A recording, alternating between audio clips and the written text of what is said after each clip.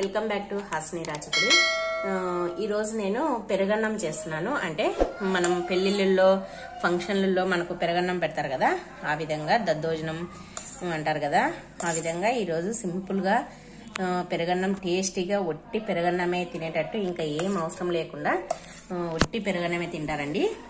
అంత బాగుంటుంది ఈ పెరుగన్నము. ముందుగా నేను అన్నం చేసుకొని ఇలా గిన్నెలో వేసి పెట్టుకున్నా. ఇది చల్లగా కావాలి. మనం వేడిగా ఉన్నప్పుడే అన్నాన్ని మరీ ఇలా పొడి పొడిగా ఉండకుండా ఇలా కొద్దిగా అలా అంటే మెత్తగా అయిపోతుంది, స్మాష్ చేసుకోవాలి.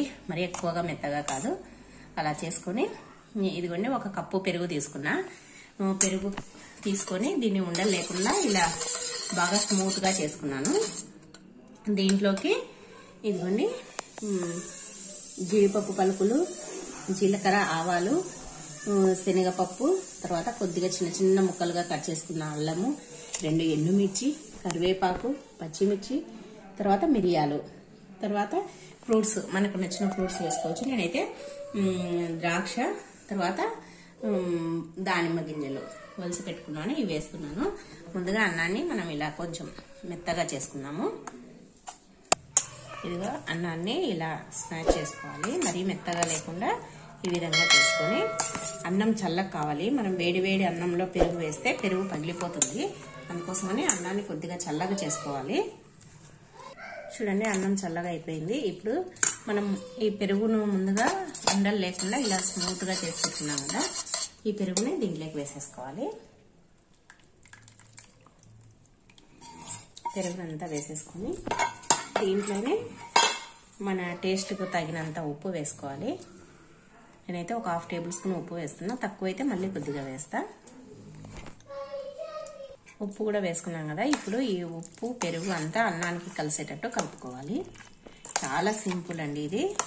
చాలా అంటే చాలా టేస్టీగా ఉంటుంది. అసలు పప్పు కూరలు ఏం అవసరం లేదు, పొట్టి పెరగనమే తినేసేయచ్చు, అంత బాగుంటుంది.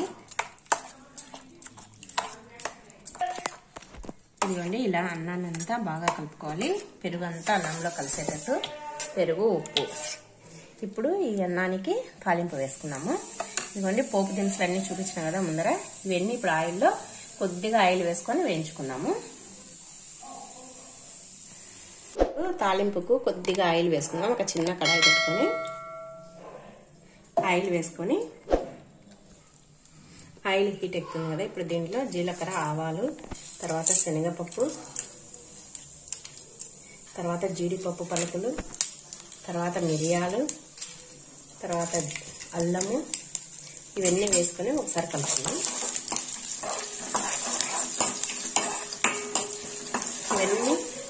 ఇవన్నీ కొద్దిగా లైట్గా కలర్ చేంజ్ అయిన తర్వాత పచ్చిమిర్చి, ఎండుమిర్చి, కరివేపాకు వేద్దాం.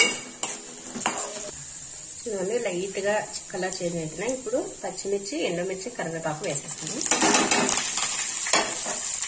ఇవి కూడా వేసుకొని ఆయిల్లో బాగా వేయించుకున్నాము.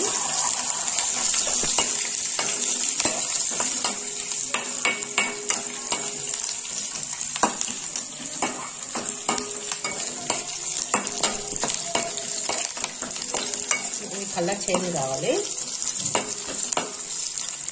ఇవన్నీ తాలింపు అంతా కాగింది. చూడండి జీడిపప్పులు అన్నీ కాగినాయి కదా, ఇప్పుడు స్టవ్ ఆఫ్ చేసుకున్నాం.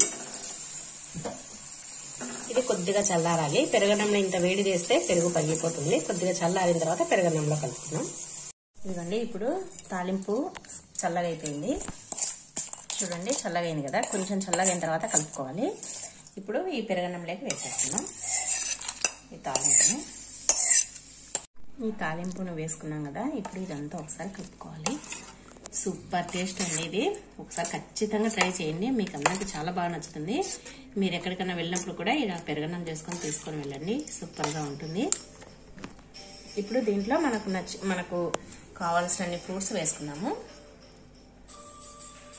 మనం పిల్లలు తినేదాన్ని బట్టి, పిల్లలు ఎక్కువ తింటే ఎక్కువ వేసుకోవచ్చు. పిల్లలు కూడా ఇవన్నీ ఉంటే కొంచెం ఇష్టంగా తింటారు, ఈ ఫ్రూట్స్ అన్నీ ఉంటే.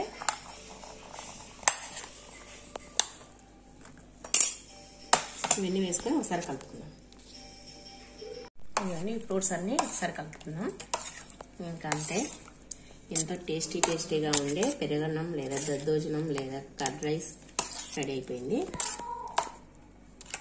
చూడండి చూస్తేనే తినాలనిపిస్తుంది కదా, చాలా అంటే చాలా బాగుంటుంది. చూస్తున్నారు కదండి, ఈ వీడియో మీకు నచ్చినట్టయితే ప్లీజ్ లైక్ చేయండి, షేర్ చేయండి, సబ్స్క్రైబ్ చేయండి, పక్కనే ఉన్న బెల్ ఐకాన్ని క్లిక్ చేయండి. Thank you for watching.